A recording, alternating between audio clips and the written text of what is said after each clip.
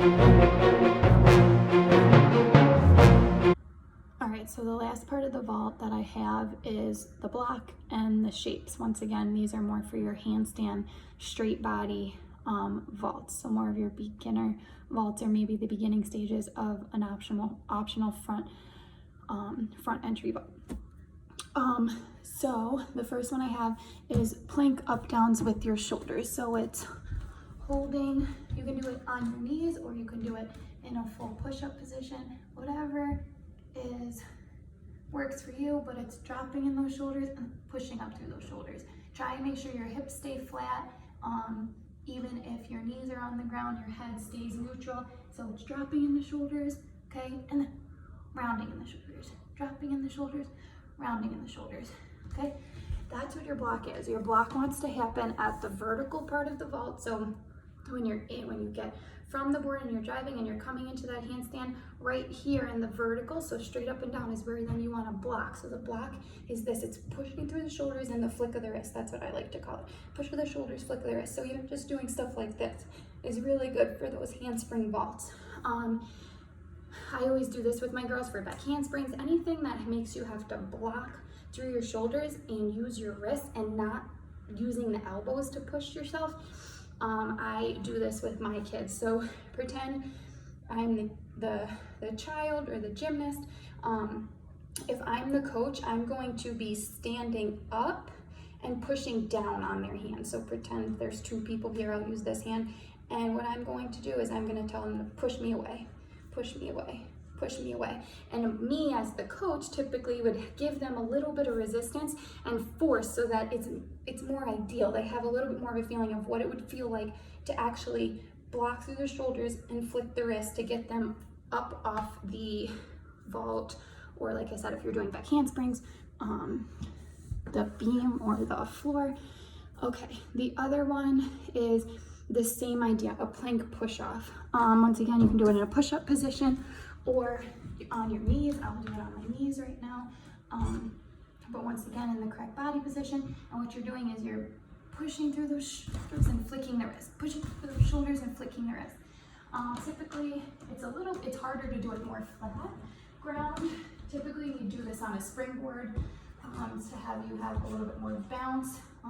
But here, I'm gonna push off, okay? Once again, just training those shoulders and those wrists and training the elbows to stay straight, not locked, okay? Just straight. So you wanna have a little bit of give in the elbows so that we protect the elbows, okay? Heading into plank bounces. That same exact thing. Like I said, we normally would do this on a springboard. If you have a mini trampoline, once again, it will work for a mini trampoline. But it's the idea of just continuous push, push, push, more of like a bounce like you would with your toes, except you're doing it with your hands. So push, push. Now, like I said, normally it would be on a springboard, so you would get a little bit more bounce and what's the word I'm looking for? Like repulsion back to help you actually create that bounce. So at home, it's just actually making it harder and hopefully making it easier for when we do get back to the gym. The other one I have, are just shoulder shrugs. So whether you have weights or a resistance band. So I'll show you with weights. So I have weights. Weights can be anything. Use a gallon of milk, okay? Just up, squeeze, and then drop. Up, squeeze, and then drop. Okay, just creating that shoulder muscle so that these blocks are way easier, way stronger for you.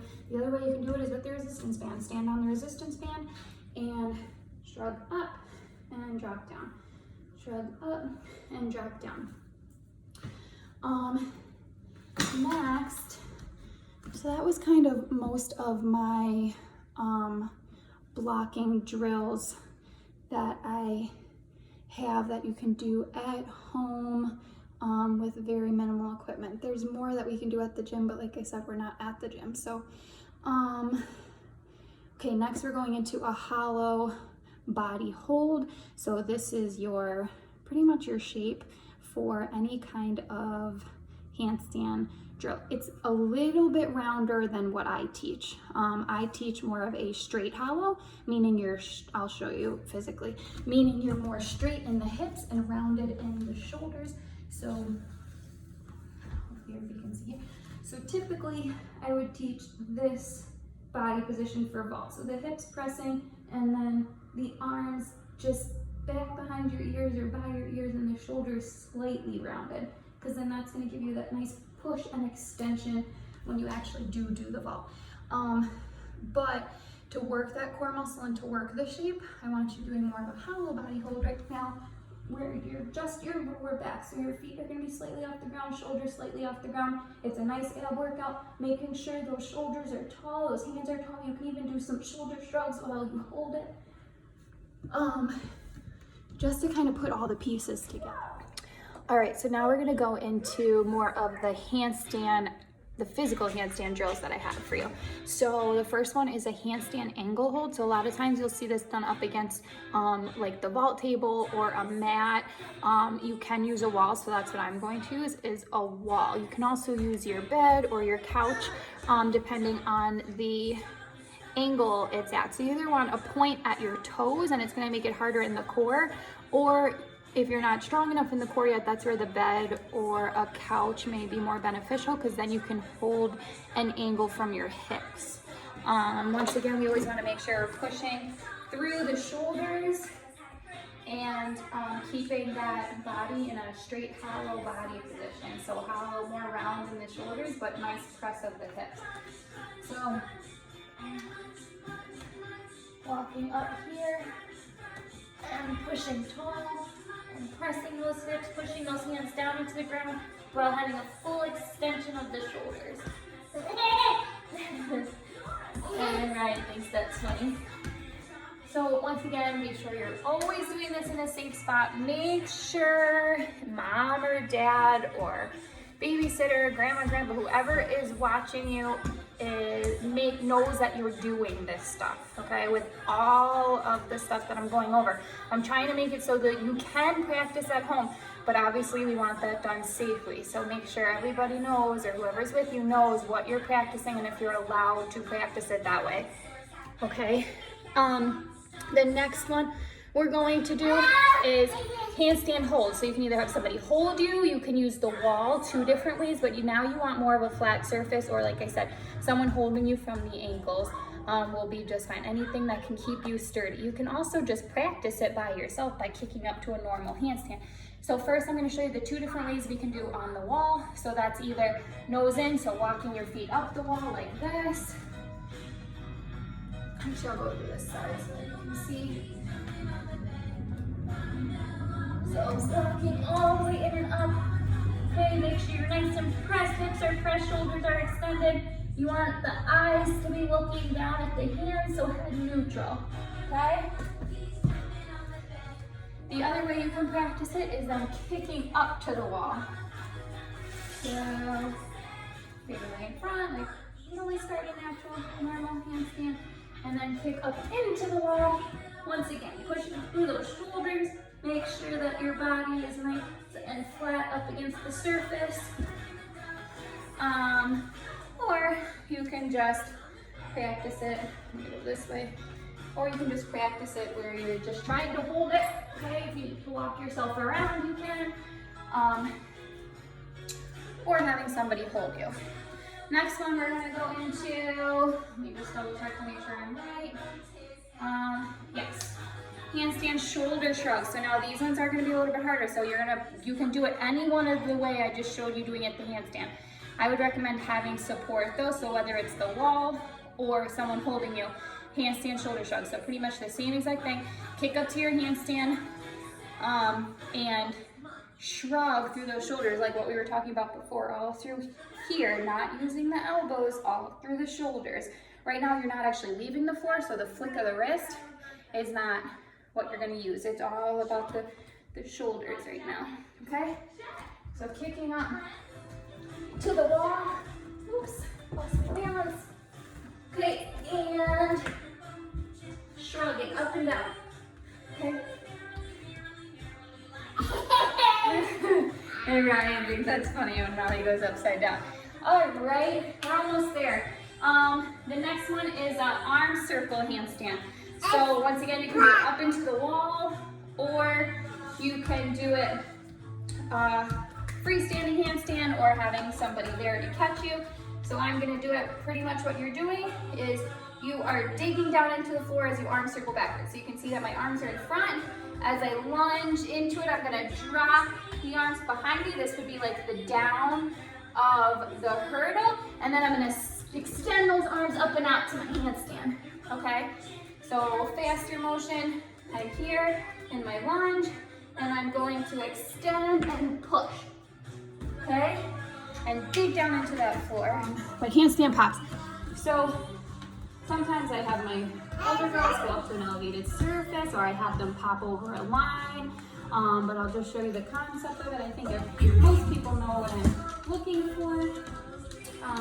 This is a more advanced skill as far as the drill goes. So make sure that you're always working your way up to these. Don't just try something, make sure that you're ready to do that next level of the progression or of the series to get to the skill, okay? So once again, normal handstand, and what it's gonna be is just like those arm circle handstands into the ground. Now when you get those hands down into the floor, you wanna create a pop through the shoulders that's gonna help you get up to vertical. You're actually gonna leave the floor and pop. I don't recommend doing it on hardwood floor, but for the purpose of the video, to get you guys seeing exactly what I mean, I'm just gonna do it right here. So your arm circling back like we did before in the last drill, but now you're popping. So pop, okay? And you can see that that pop gets me up to my vertical. I'll do it one more time. So here, and okay, once again, I recommend doing this on softer landing. If you have a mat, or if you have just anything soft, do not do it on a hard surface. I'm setting a bad example right now, but don't do it on hard surfaces, okay? And the last one, I have to move the camera for it. You're going to see more of my living room, and you're probably gonna hear my daughter's music playing. But hopefully I'll be able to get a good angle for you.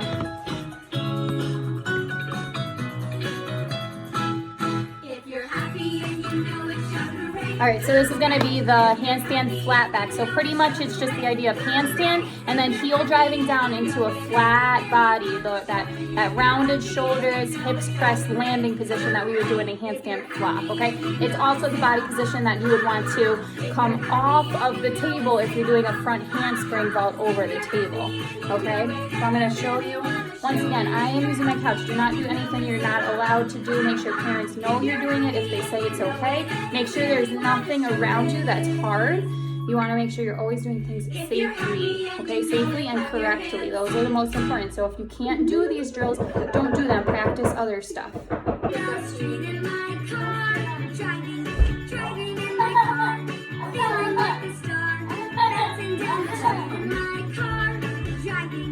All right, that is all the vault drills that I have been able to come up with that you can do somewhat at home. Like I said, some of the drills are not possible depending on your house or the equipment that you have.